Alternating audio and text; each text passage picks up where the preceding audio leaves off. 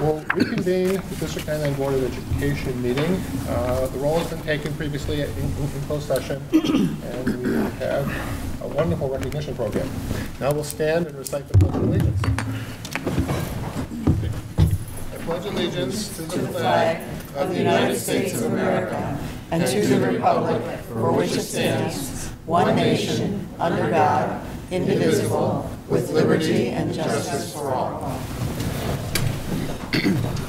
Before we turn to the approval of minutes, I've been asked to ask all board members to speak up to the microphone so that it gets captured on the tape equipment.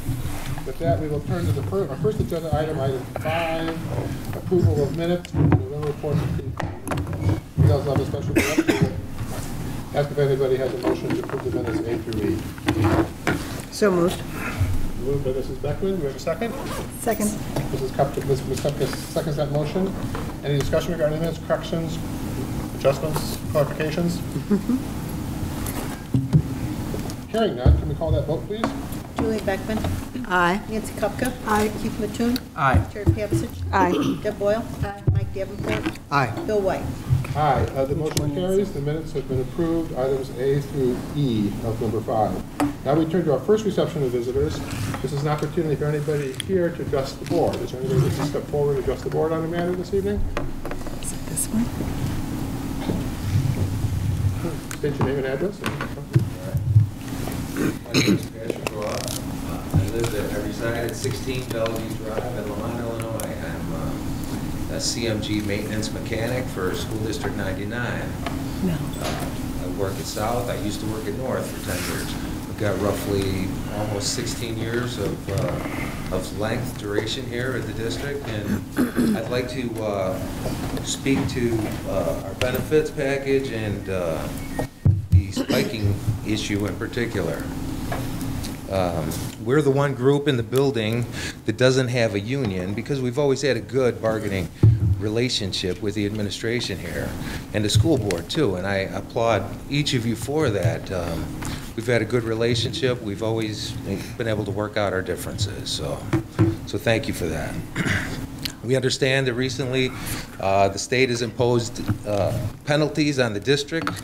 Any district that offers anything greater than a 6% penalty or 6% spike at the end of a career for new employees.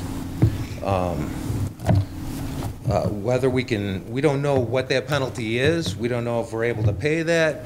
I don't have all of the facts on these things, and so we would like to work something out for, in particular, anyone that's close to retirement.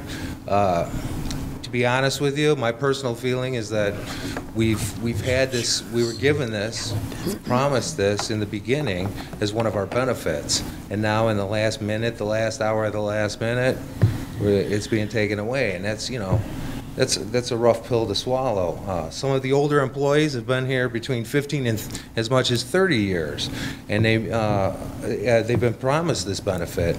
Now, this being taken away without anything given back to us outside of the time of negotiations does not seem fair at all. This seems like a crime, to be honest with you, and. All this on top of a generation that says that Social Security is failing, or my 403B that that's been sanctioned by the district, that I put my money into, $100 a month is disappearing. You know, everyone's investments are out the window right now. I understand that, but I'm saying, where is the guy supposed to turn? You do the right things, you invest your money, you've got a plan, you've got a job that's got benefits, and now all of a sudden, even those are being taken away. All I got left is to stuff money in my mattress, you know, at the end of the week, you know. And so, you know, we're counting on the board, and we believe that you've counted on us in the past. Every time that CMG has had to step up, we're a service organization for the parents, for the teachers, for the students, ultimately. And we're there always. We've got, you know, water mains break, pipes break in the winter. We've got coils freeze. We're in there to get the building open on time. Snow removal, the grounds guys are out there, we're out there, everything's open, even when the village isn't open. So we take care of this place, and we expect, you know, that you guys will do the same for us. So I'm just asking you to do the right thing and not leave us hanging.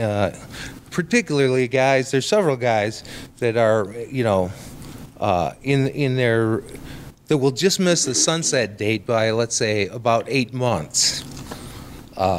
If you had your sunset date be this next June, there's a group that'll miss. There's a group of 7, if I'm correct, Lisa, that will miss that by 8 months. Okay. At the very least, I would think you should be able to pull this group in and do something, whether they have to, you know, buy out some time or negotiate something. And if there's any way possible to work this out, if we can put a think tank, a group together, I'm volunteering now. I'll be on the committee. Let's work it out. Let's talk about what the issues are. How much are these things costing? You know, all of valuable information needs to be, you know, to determine these things. Yeah, I'd like to be a part of the solution, so I'm just asking you to be fair and do the equitable thing. Okay, well, thank you. Thanks. Anybody else?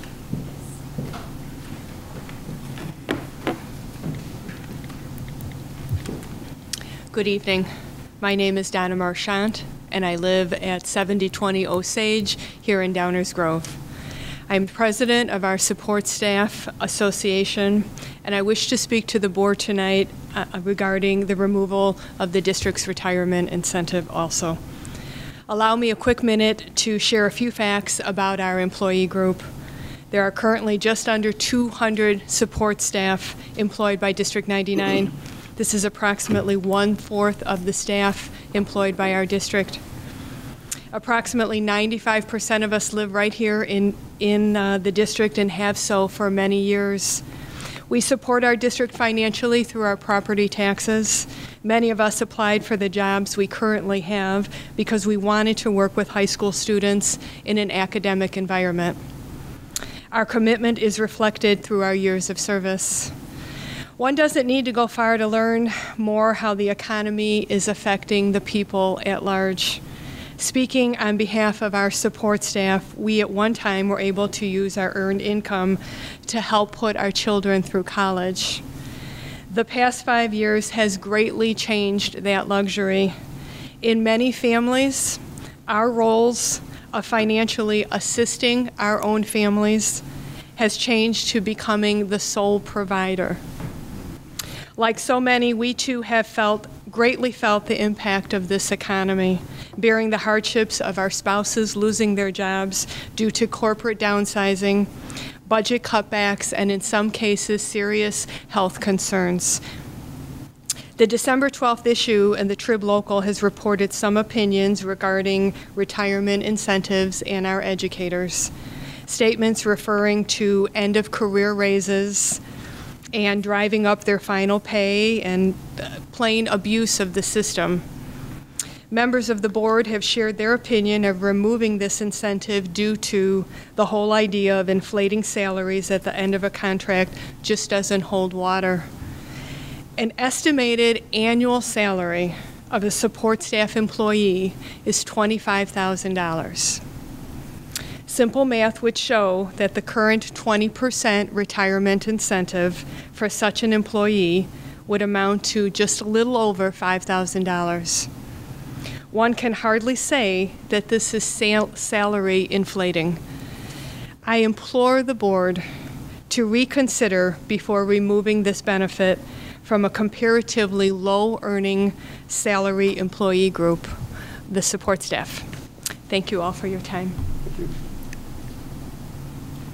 Is there anybody else that wishes to address the board? Okay, we'll move on to, I think everybody's present for the comments, and we'll move on to item number 7, which is a public hearing regarding the intent to use a legal holiday. Dr. McDonald, do you want to talk to us about that? Yes, Mr. White. New legislation allows us to hold school on a legal holiday as long as we have a public hearing in advance of that holiday and allow the public to comment about the appropriateness of it. As the board is aware, we have been working on the calendar for the 2012-2013 for some time. It is a possibility that we might use Casimir-Pulaski Day. We've not made that determination finally that we would, but there is a possibility that we would use Casimir-Pulaski as a school day in order to balance the semesters. Ergo, we wish to have a public hearing on that possibility. Additionally, should there be a snow day this year, we would be able to use Casimir-Pulaski as a snow day or as an attendance day rather than extend the school year if that's what we chose to do. So our hearing is, public hearing is really about the possibility of using Casimir-Pulaski Day. So then the purpose of public hearing is to let anybody who's in attendance comment on that request, is that correct? Correct. Is there anybody in the audience who wishes to address the board on our use of Casimir-Pulaski Day, the potential use of Casimir-Pulaski Day as a regular school attendance day? Going once? Okay. And I'll declare the public hearing closed, that there has been no comment, which I believe do we take a vote or we just had the public hearing? I think we just have a public hearing, Mr. White. Okay, so we've had a public hearing and there's been no public feedback on the potential to use Casimir-Pulaski Day. We turn now to item number 8, informational reports. 8A is all about learning, the PBIS report. Mr. White, District 99 has been moving forward with an initiative called, referred to by the acronym PBIS. I think it's Positive Behavior Intervention System. Is that correct, Mr. Whitehead? Positive Behavior Interventions and Supports. And supports, thank you. This is an initiative we began examining in earnest in the 2009-2010 school year. Moved forward in more detail in 2010-11 school year and implemented at the beginning of this school year. A major feature of this initiative is keeping data about many facets of school. And through that data, we can see whether the initiative is having a desirable effect or not, and if not, what might we do to change that. So this is, in fact, our first report about data from the PBIS initiative, and Mr. Whitehead, the Director of Special Services, is going to make this report. Now, are you going to need the screen? Yes, we have the screen set up. The screen's over here. Very well. Everybody see okay? We'll probably need to turn the lights down. Perhaps we should move to other seating. I can see it. Yeah. Can you see? I can see and I have it on the screen. I think it's what's on our board docs too, so.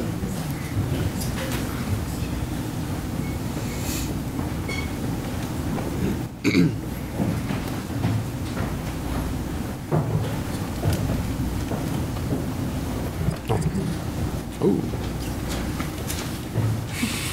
That's not good.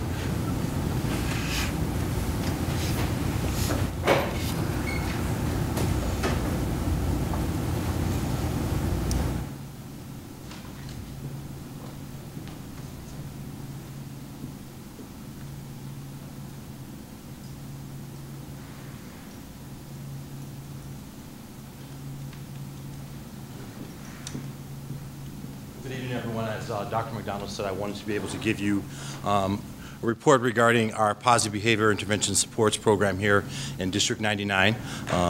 As most of you know, this is our first year of implementation. Last spring was our rollout in April, which we introduced PBIS to the district.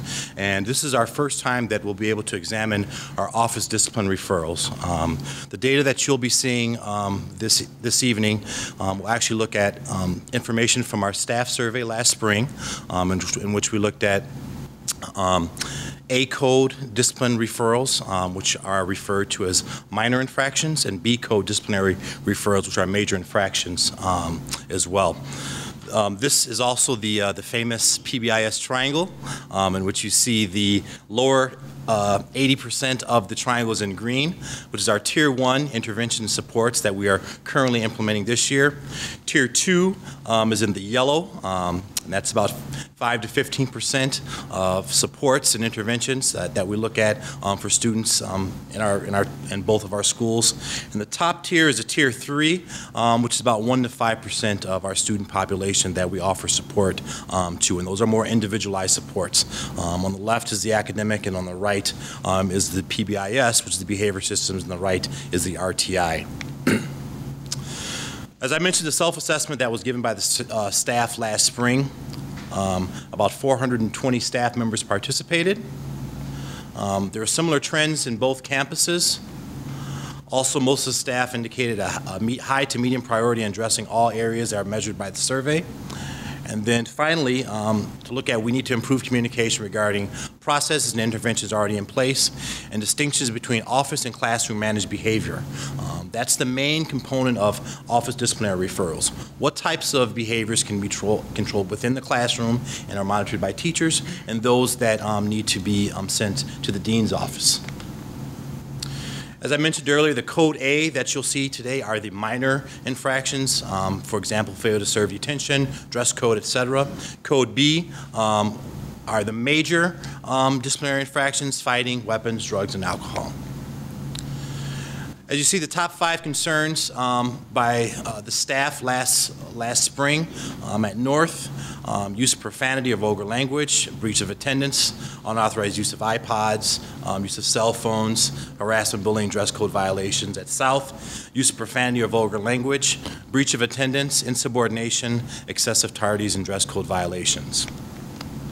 Now, here are the top 5 actual A-code disciplinary referrals that were found out. At North, excessive tardies is 666, failure to serve detention 360, breach of attendance 359, insubordination 134, failure to serve Saturday detention 116. At South, breach of attendance 560, failure to serve detention 593, failure to serve Saturday detention 330, use of cell phones 286, and excessive tardies 262. Now, this is the first piece of comparison data that we have. This is the year-to-date data from North High. Last year, the comparison was at November 15th. This year was at November 14th. So as you see on the left, excessive tardies was at 382. It was at 405 this year. Breach of attendance at 164, at 193 this year. Failure to serve detention was at 154, and then there was a decrease to 129 this year. Dress code violation, 123 the previous year, 96 this year, so there was a decrease. Leaving campus without permission, 101 last year around the same time. This year, only 41. Finally, the comparison, 924 last year and 864 this year. So you see the graph, there is in the blue represents last year, and that reddish pink is the amount of office disciplinary referrals this year. So there is a decrease, but I want the board to remember as well that this is the first year of implementation. So therefore, there are going to be some spikes in some areas of data. A couple of reasons for that. One, this is the first year that we've monitored and looked at certain areas pretty closely. Also, this is the first year that we've had consistent language through our PBIS matrix about what each of these infractions actually mean. So there's a level of consistency. So there's always a potential to see spikes in certain areas. So this is usually expected through PBIS in the first year of implementation. So this is really the first time we'll see, this will be our baseline data going forward. For South high schools, you see on the left, same thing, 2010, on the right, 2011. A little bit further out, going to the end of November. So you see breach of attendance, 338.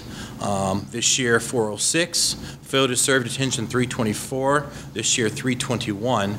Dress code violation, 175, and this year, 18. And I'll talk about that in a minute. Use display a cell phone, 173 this year, a spike of 214. Failure to serve Saturday detention, 160 last year. This year, 143. And a total, 1170 for last year and 1,102 this year. For the dress code violation, that is one of the areas that specifically deans would address, and also the type of behaviors for students. So that data is correct, that there are only 18 that were identified and office disciplinary referrals for dress code violation this year, which is a huge decrease. So it's a good thing to see something like that. Here's the bar graph again, and as you can see, there's a decrease on the far right with the total office disciplinary referrals from the end of November last year to the end of November this year. B code violations, staff concerns to the left for North and to the right for South, pretty similar, using slurs. For North, another one was being under the influence or possession. For South, offensive or obscene language to staff. For North, once again, offensive or obscene language to staff. Being under the influence or possession for South. Breaking and entering for both schools. What does breaking and entering mean in this context? Breaking and entering is as a couple of different areas. One could be a student could actually come into the building and come in, or also could be a student going to another locker and getting to possession that's not his or hers. So those are the acts of breaking and entering. It's not always a large act of any type of vandalism, but those are a couple of examples of breaking and Maybe entering. being somewhere they weren't supposed to be. It could be if the door could be locked and they're in an area that they're not supposed to be in. So it could be another offense as well.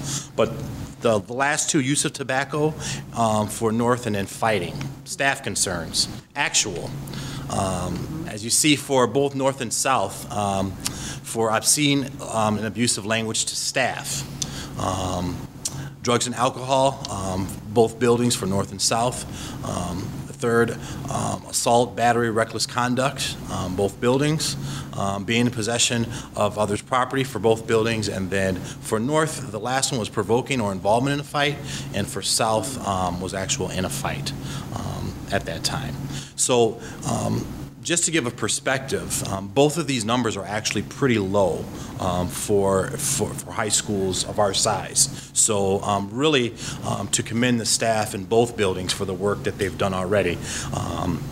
For buildings with 2,000 and also over 3,000 students, these numbers for actual large B codes, which are suspendable offenses, possible expulsions, these are pretty low numbers. So as you see comparisons for B codes for North High School, on the left, possession using or under the influence of drugs or alcohol, 20 instances last year, 15 this year. Obscene abusive language, 20 last year, down to 12 this year. Provoking or involvement in a fight, 12 last year, 7 this year. Fighting, 10 last year, 11 this year. Being in possession of another person's property, 9 last year, only 5 this year. And a total last year 71 at this time, and then this year 50. So there is a decrease as well. Same bar graph as you see, so you can see on the far right, we do have a decrease in the overall B codes for North. At South, the comparison as well, the obscene abusive language or gestures to a staff member, 24 last year, up to 34 this year. Last year, 18 fights, only 9, so it's a 50% decrease this year. Being in possession of another person's property, 13 last year, down to 8 this year. Assault and battery or reckless conduct, 11 last year, 6 this year. And possession using or under the influence of alcohol or drugs, 7 last year, 5 this year. A difference of 73 total B codes down to 62 for South High School. So that is the overall Tier 1 office disciplinary referrals between last year and this year, the A code and B codes. And really, as you look, the B codes are those major offenses, once again, that are suspendable, expellable offenses, and we already were relatively low. But as you see, we saw a lot of decreases in both buildings on some of those larger offenses. So I would attribute definitely one, the work that the staff members have already done in both buildings, but also the work of PBIS initially, because really it sets a culture of respect in both buildings as well. Any questions from the board? Anyone have any questions? I had a comment, but I'm glad you mentioned that South High is much larger, and that may be one indication of why the numbers are larger. And I know you said initially we would see a spike in some things versus others. Do you have, taking for instance, like the obscene, abusive language, the increase at South, is it being enforced? Are people listening more carefully? I would attribute that. Pushing the limits? I would attribute to that staff members are probably paying closer attention and also recognizing students when they're violating that piece. So therefore, it's being reported and how also it's being recorded as well. So in the first year of the rollout, which we weren't really following, PBIS because we just started in April, it's a good possibility that because we're actually monitoring it more, the reason why there's a spike in that area. And I know you indicated that everybody is on the same page too, with exactly what the definition of abusive languages or whatever any of these things are. So that has something to do with it too. Definitely so. We do have the behavior matrices throughout both buildings, and the behavior matrices actually state different behaviors that are expected and what type of behavior should be expected in certain areas. So it's the common language of PBIS that really attributes to all of this. Commendable. Thank you. And I do have to say it's been both buildings and both Universal teams have been great about working with everyone in the building to really promote PBIS. So. That's great. Okay, thank you. Anybody else? I think keep going. Okay.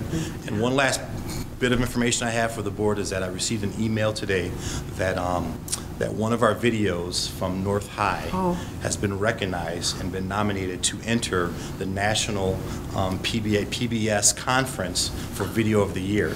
So I wanted to let the board know about that. That's so it's really exciting. So we're looking forward to that, and if all works out, hopefully I'll be presenting again and letting everyone know that we won video of the year for one of our PBS videos.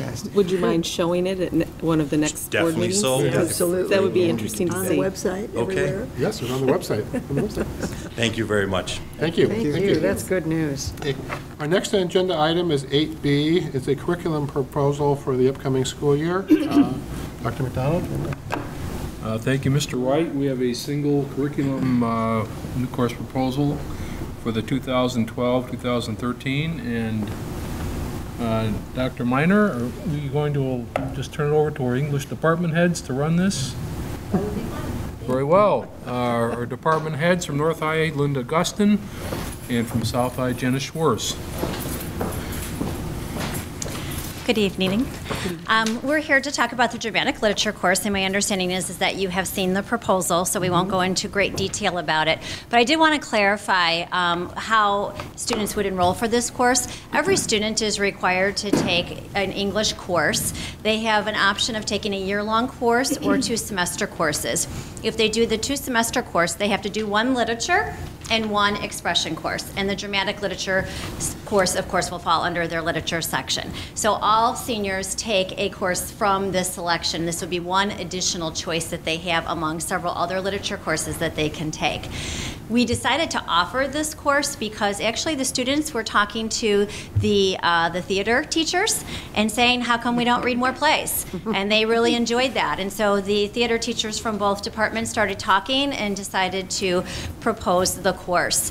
And they feel very strongly that drama offers a different look into the world than some of the other genres that we look at. It's something that's happening today. You can go down to the city, you could go to the school, and you could see plays performed. So it was a way of showing that literature is alive today and very active. And often drama has been used to effect social change. For example, I'm teaching right now Arthur Miller's The Crucible, which was written as a protest of McCarthyism. And so for them to see that you can actually study literature, you can write literature to effect change was something that we thought would be really interesting. Another very compelling argument that they gave to us is that drama can be difficult because there's a lot of stage stage directions and you have to read through. It's a very different genre than they're used to. But because it's meant to be performed, students get up and they're active in it. And research has shown that when students are active in their learning, they can access text that is more difficult. And so they can read something like a Greek tragedy or something like that, or something new, and get to a higher level of critical thinking than maybe they were used to before. So that was one of our main reasons for looking at that. Another nice thing about it is that dramas tend to be very short, and so that teachers can use quite a few of them in the class to show trends and patterns and comparisons in how, for example, women have evolved in the theater. And again, different themes that maybe were back in the olden days with the Greeks and still written about today. So it gives us an opportunity to study a lot of different plays. And I'll turn it over for you to hear a little bit about what plays they'll study.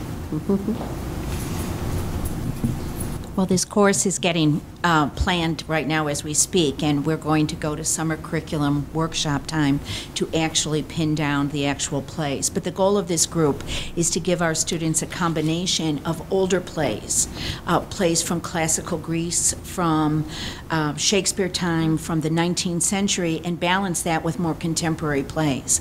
But what is exciting about this course is they're looking to select plays that will be thematically connected, so that over time kids can see that in fact some of the great ideas are ideas that get revisited over and over again in theater, and that audiences continue to respond as a part of their own social position and history of the time.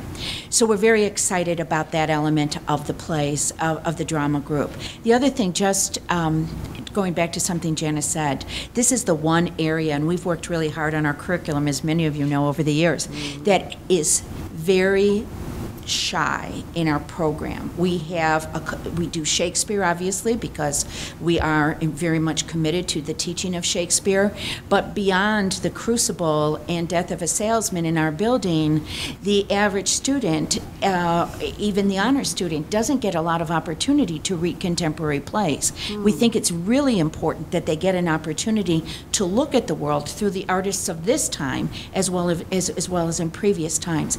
And there is the power of something meant to be seen that connects to our kids in ways that just a novel or a short story cannot do. So we're very excited that this course is going to be offered, and as Janice mentioned, we're excited that we have the expertise at both buildings to write and design this course and actually be the first instructors of this course so that our students will have that expertise. Mr. Papa George, who was honored just a few minutes ago, will want to be one of the writers for this course. So we're very excited about having these talented individuals create the course.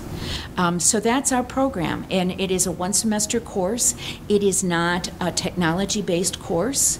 We're looking at one textbook or a series of smaller works for the kids to use in the class. We think it is a rich addition, but not an expensive one. So we hope that as you look over your proposal, you'll find that you're as excited as we are about the possibility of offering this course to seniors as a literature elective. Okay, any questions from any members of the board? No. Mr. Mateo? How well received will this be by our colleges and universities as far as, how it looks on a transcript, number one, and number two, how the age that we're going to have them have as an elective, juniors and seniors only, upperclassmen only, what type of opportunity will our students be able to take this course? We are envisioning this as a senior level course. As far as the college acceptance for this course, this isn't like a dramatic acting course. This is a literal study of dramatic literature course. So there will be no problem in universities accepting this course because of the classical analytic nature of the subject matter involved. When we talk performance, we're talking about opportunities within a class lesson to illustrate some concepts and to show some things through dialogue, but it isn't a performance course per se. So I think your question is really kind of directed to that, and it is really much more of an analytic course. The other thing is, as we look at the Common Core standards that are coming forward, there is an emphasis on making sure that we cover all genres, and we give our students an opportunity to examine both the more ancient and the modern in all areas, not just theater or plays, but also short, novels and poetry and so forth. So this will be, in many ways, an opportunity for us to fill a hole that we have not yet really addressed. So we're really excited about having that for our kids. Excellent. And as far as that concerned, my final question is, are there any schools in our area in DuPage County or the Chicago suburbs that have already done this type of course? Are we the only school? Are we very unique in that sense? And basically, what is our model going to be? In terms of the actual model, we know we're going to have probably a 4-unit course around central questions or thematic questions.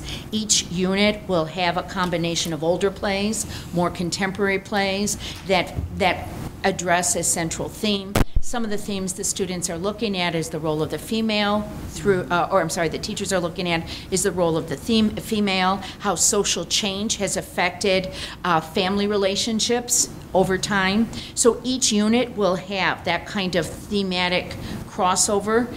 The actual thematic units, though, have yet to be finalized until the teachers get to the summer workshop and they lock down on those units. But that's their plan. It seems to make good sense to me, and I find that when we cross over centuries with thematic ideas that are rich and complex, our kids really are intrigued by that. So I think they're on the right track with that approach. Thank you. Okay, anybody else? Quick question, just general understanding. When we add a course, it doesn't, I'm reading that nothing's going away. This is in addition to. Is that normally what happens? I'm new, so. I would say it's not a practice that any time we add a course, we would take one away. Typically, though, students vote with their feet, so to speak. Sure. If we don't have enough enrollment in a course to offer it, we don't. And if we go for a period of time when we don't have enrollment for a course, we can take it out of the course guide, frankly. But my understanding and the way I have conceptualized this is an opportunity for seniors taking as a senior elective. There may be some students who take this course in addition to another English course because they have a lot of interest in it. I don't see it having enough sections so that it would have a huge impact on the rest of the curriculum.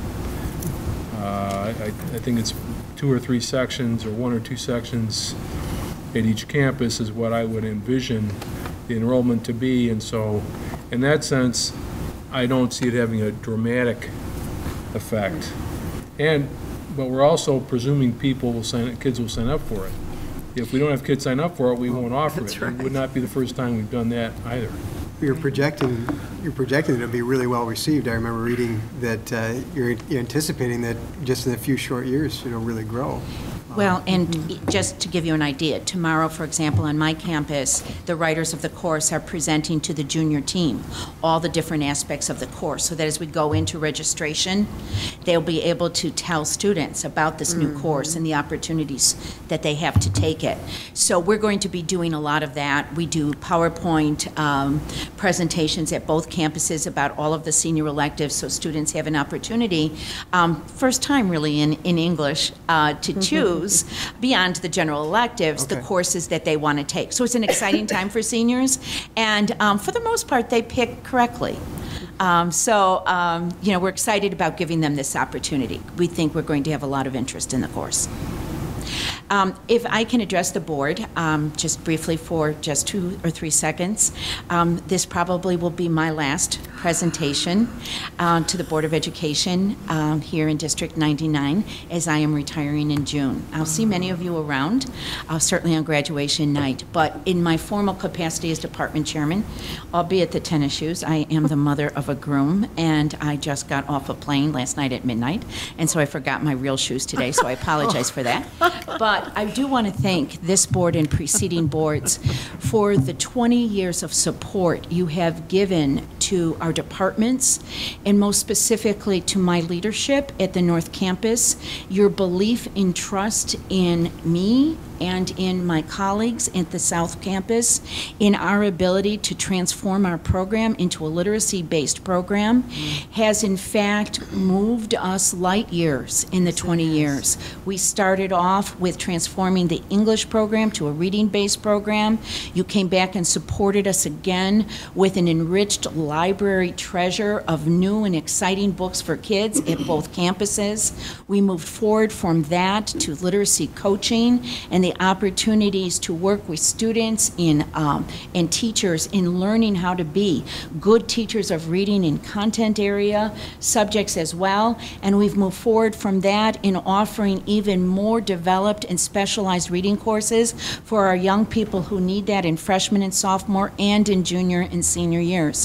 Through these 20 years, you have never once ever denied us this opportunity to give our students the best shot at learning how to be good readers and I believe to be good citizens. I cannot thank you enough for the opportunity to be a department chairman in District 99. It has been truly a privilege. And second of all, for being a teacher here for 20 years. I have taught the greatest kids. I have learned so much from them, and I will miss you and your wonderful leadership of this district. I don't know sometimes if you realize how wise you all are in your support and in the direction you take us, but I want to tell you, you are very wise, and when you see kids in our hallways reading books and coming to book talks and being mad when certain books are signed out of the library and they have to wait in line for them, all of your hard work and your discernment has paid off. So I'm bidding you an early farewell. I'll be around for the rest of the year, but this will be my last time in front of you, so thank you very much. Could not have done the work that we have done over the past 20 years without your support and your belief in the value of literacy. So thank you very much. Thank you. Thank you.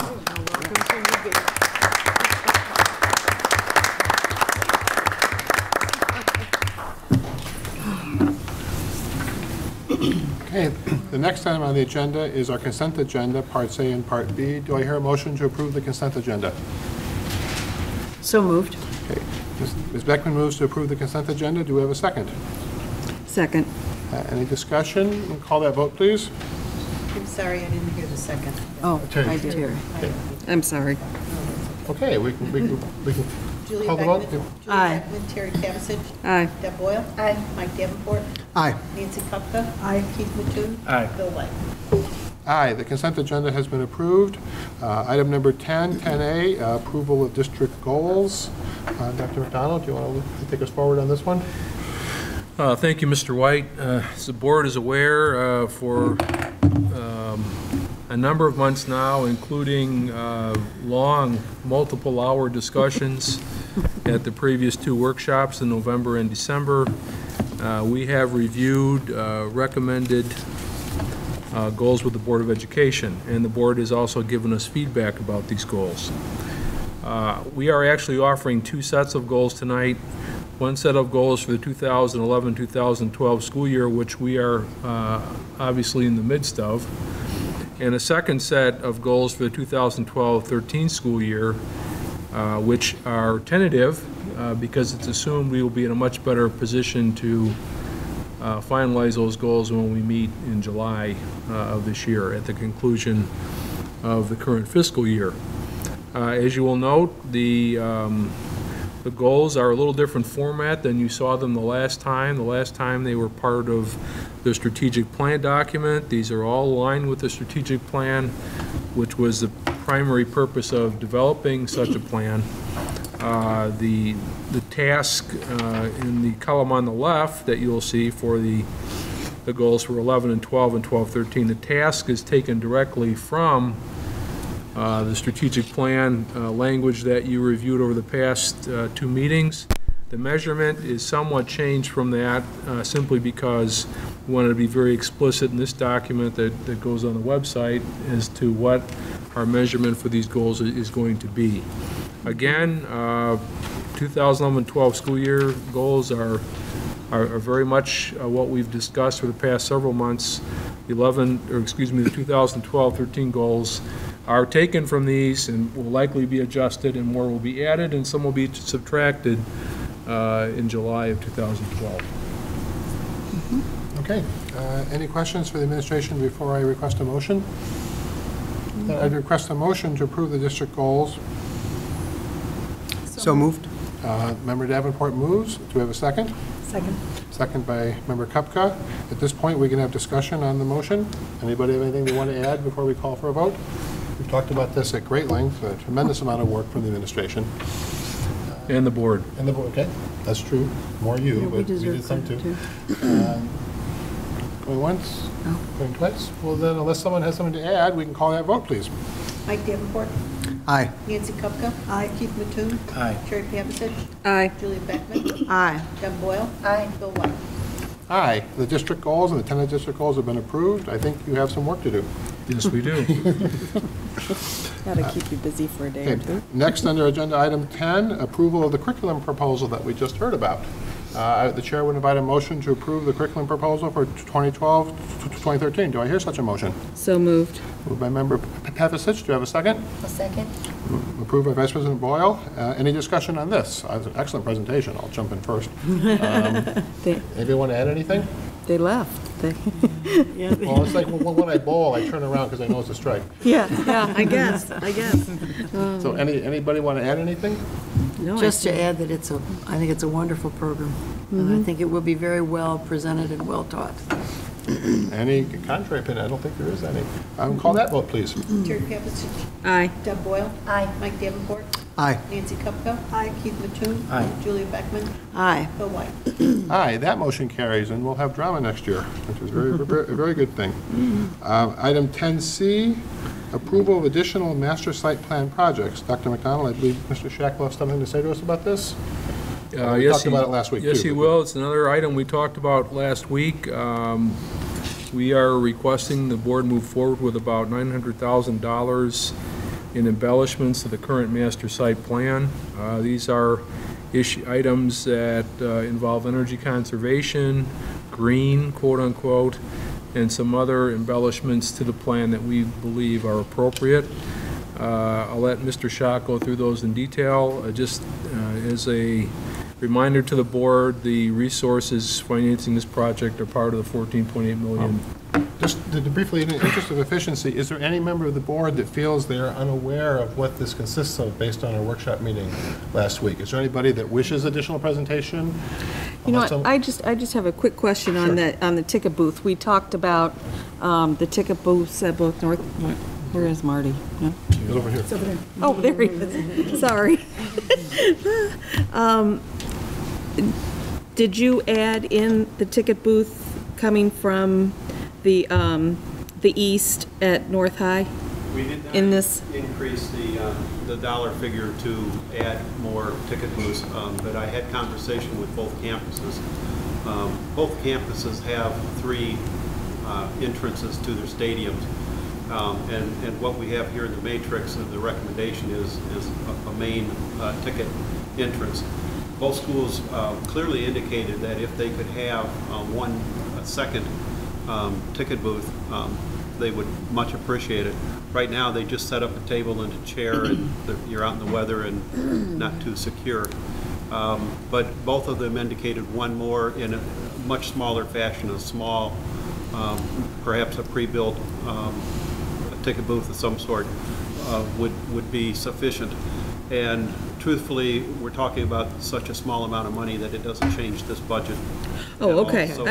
I just was curious because we were I think all kind of in agreement that especially at North High we needed that one at the east side because that's the main parking lot coming in. Right. Depending on what activity is taking place in the stadiums, you may have most of the spectators coming from the east side. Then that entrance would be a logical place to put another ticket booth. North believes that the main ticket booth on the Prince Street side is the correct place to put the main one, but both campuses, South also has the same situation, another parking lot with another entrance that could use a small ticket booth. So both schools would much prefer to have a second ticket booth if possible. And again, the price is so insignificant that it would fit within these numbers. Okay, I just wanted to make sure that's what I was voting on. Thanks, Marty. Okay, before I ask for a motion, any other questions or requests for information? If there are none, the chair would invite a motion to approve the additional master site plan projects as presented to us. So moved. Member Pavlis moves. Do I have a second? Second. Member Beckman, any discussion? Okay. Let's go forward. Let's call that vote, please. Terry Pavasich. Aye. Julia Beckman. Aye. Deb Boyle. Aye. Mike Davenport. Aye. Nancy Kupka. Aye. Keith Mattoon. Aye. Bill White. Aye. That motion carries, and we've approved the additional master site plan work. Move on to item 11, old business. This is the second reading of the Access to District Public Records. Nancy, I meant to call you today to ask you to present about this, but I can or you can, whatever. Excuse me. This is second reading. I don't know what I'd say other than it's here. Other than it's here, and we've seen it before. Any comments or correction? Any questions about this item before we invite a motion for any request for information? Then I believe, Nancy, you move and I'll second. I move to approve at second reading the policy 2.250, access to district public records. And being on the policy committee myself, I second that motion. Any discussion? Just an observation that once again, this is because these are policies, this is a policy that the IASB recommends, and it follows state law.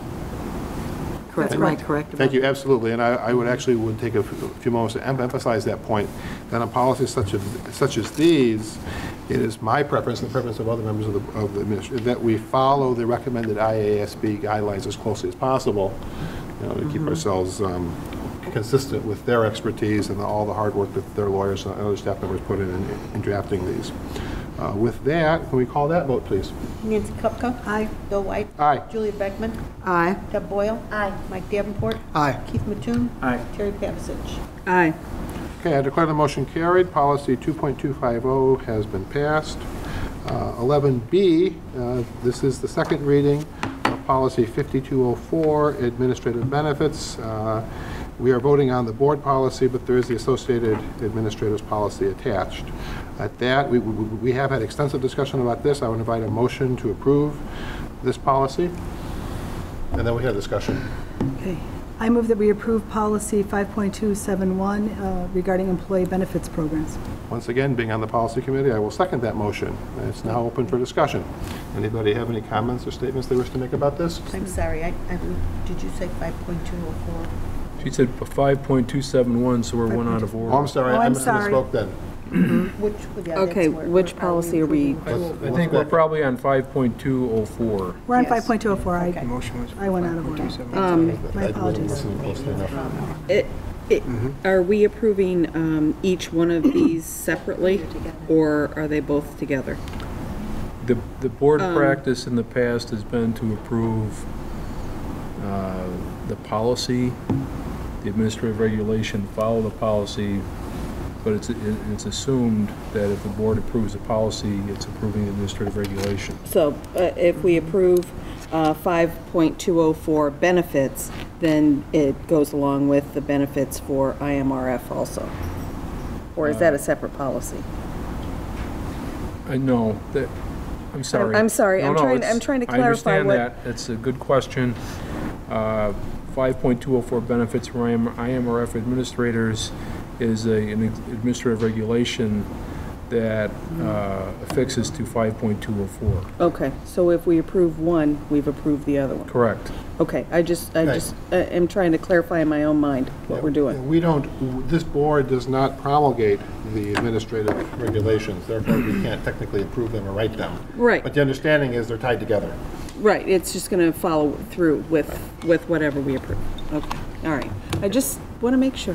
Okay, so in essence, we're really voting on both of these that appear on our screen right now. Any comments or statements from any members of the board? Wait, have we? There's a motion in a second, I believe. Did we? Yes, we did. Okay, all right. We clarified the number. We have the number we goofed up, but we have a motion in a second. Okay, all right. For 5204. I don't know.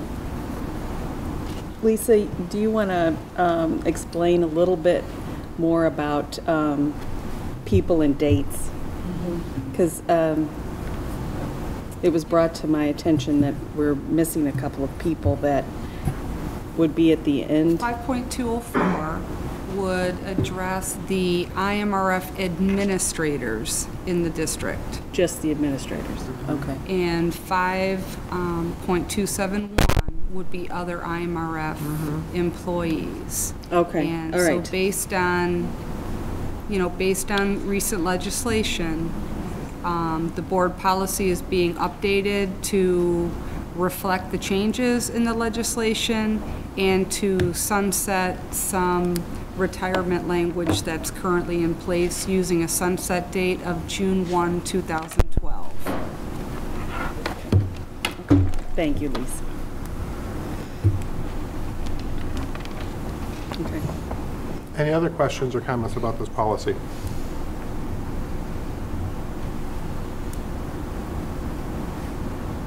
Okay, call that vote, please. Nancy Kupka. Aye. Bill White. Aye. Julia Beckman. Aye. Deb Boyle. Aye. Mike Davenport. Aye. Keith Mattoon. Aye. Terry Pavasich. Aye. Okay, that motion carries. Policy 5.204 has been approved. We have second reading now on policy 5.271, parallel provision for exempt IMRF and CMG IMRF employees. Do I hear a motion to approve that policy? I move to approve policy 5.271 regarding employee benefit programs. And then again, once again, for the same reasons as before, I second that motion. Now, we have any discussion on this item? Once again, could Lisa outline the progress on this particular, on this Absolutely. policy? Very similar language based on the same legislation. 5.271 addresses our IMRF employees that are not in the support staff collective bargaining unit. So it includes our CMG staff and our exempt staff, basically at the ASC. And so very similar retirement benefits are going to be sunset effective June 1, 2012. And once again, this is really according to the new state legislation. Right. We're moving forward based on legislation and accelerated penalties or accelerated payments that would come due to the district for extending end-of-career increases beyond 6%. Beyond 6%. Right. Okay. Just wanted to be clear. Any other questions or discussion? And this is, I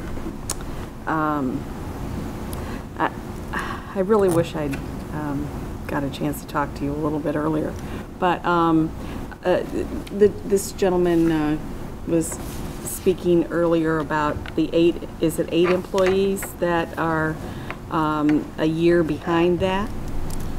I believe there's date in the CMG group. I believe there's 6 or 7 employees that, if we move forward with the June 1st, 2007 date, will be anywhere from 8 to 10 months shy of meeting that criteria. Behind that? Correct. And then after that, is there a big gap? I don't remember how long it was, but there was a larger gap. Between that. And the next group, right. I know. You gotta cut it, I know, but. Right.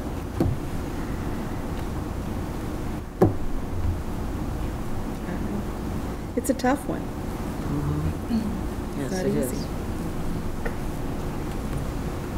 Anybody wish to add anything?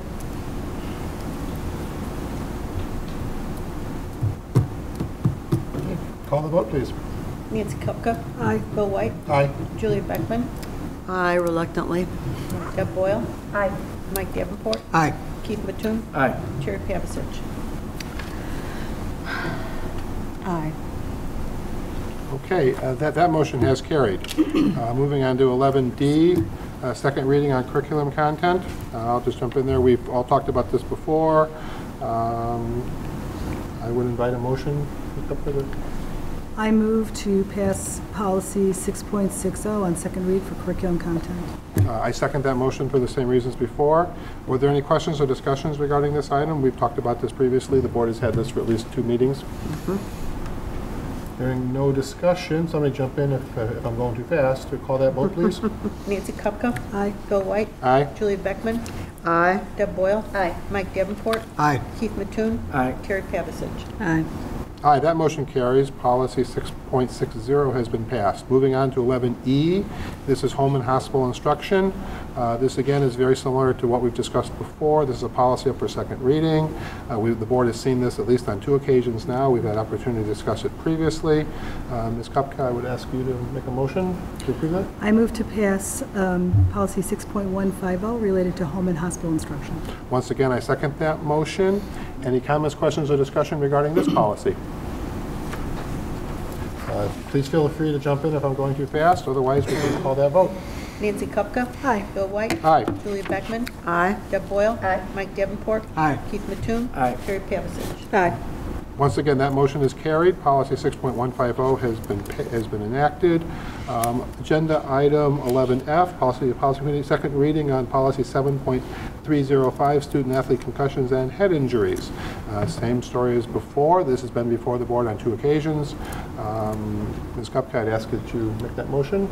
I move to pass policy 7.305 related to student athlete concussions and head injuries. I second the motion to adopt that policy. Any comments, questions, or discussion on this item? I have Yes. some. And I apologize to the board because we had a computer glitch on my error and I didn't, on my end, and I didn't catch it until my last read before coming in here. The last meeting, we had some recommendations for adding some language. I believe it was from I know it was from Mr. Mattoon, specifying something to the effect that if a coach, athlete, trainer, or parent determines it may be unsafe for an athlete to participate, they would be benched from the game. So I had actually recommended language that read, if a coach, athlete, trainer, athlete, or parent determines it may be unsafe for an athlete to participate, the most conservative action will be taken and the athlete will be removed from the contest or practice. I'm sorry, Nancy, I know it's couldn't hard quite to hear that. Yeah. And I can't speak, I still don't have my voice back.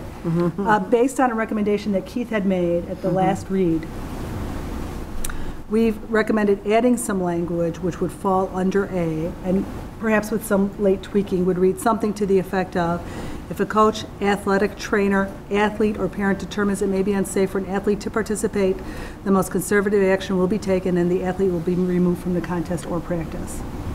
So I would like to amend this policy to that or similar language prior to approval. Would you like to send it back to the policy committee to rewrite? That'd be fine. It'd be fine, okay. Should Okay. we amend the motion then to do that? Or withdraw the motion. Right. I withdraw the second, you withdraw the first. I'll withdraw the first. So And I will, I'm sorry about that. Okay. I'm sorry, is it possible to have further clarification? Like, I'm not exactly happy with that particular language, meaning I would never want it to be left only solely in the hands of a parent or solely in the hands of a coach. I think the most conservative, situation would be that an athletic trainer has the final say, only because sometimes you'll have instances where parents will want their kid to play because it's an important situation, or a coach will want to, it's an important contest. The outside third party who has no ties would be an athletic trainer. I would personally would feel most comfortable with them or a doctor having that last final say. My understanding of what we're doing this evening is it's going to go back to the policy committee, and you will get additional draft language prior to a future meeting. Sure, I just want to be on record. And maybe then if you have specific ideas, feel free to contact either one of us. Thank you. Okay. Item 12, new business. I see there is none. Item 13, reception of visitors. Anybody wish to address the board on any other matter pertaining to anything to do with the school district? Okay, item 14, communications and announcements. Do we have a report on Len? Mr. Mattoon? There is no report. Mrs. Beckman, a report on SACID. No, except that SACID is still educating children, Okay. running smoothly. Report on District 99 Educational Foundation. Ms. Pavasich? We didn't have a meeting this month, so We will be back in January. Okay, then we turn to item 15, upcoming board meetings. I believe there's going to be some discussion about bagels with the board going forward, but as of right now, we have one on January 7th. Do I have 2 volunteers? Mr. Mattoon? I could do that. Mrs. Beckman? Mm-hmm. Okay. Is that agreed then? Anybody want to arm wrestle them for that?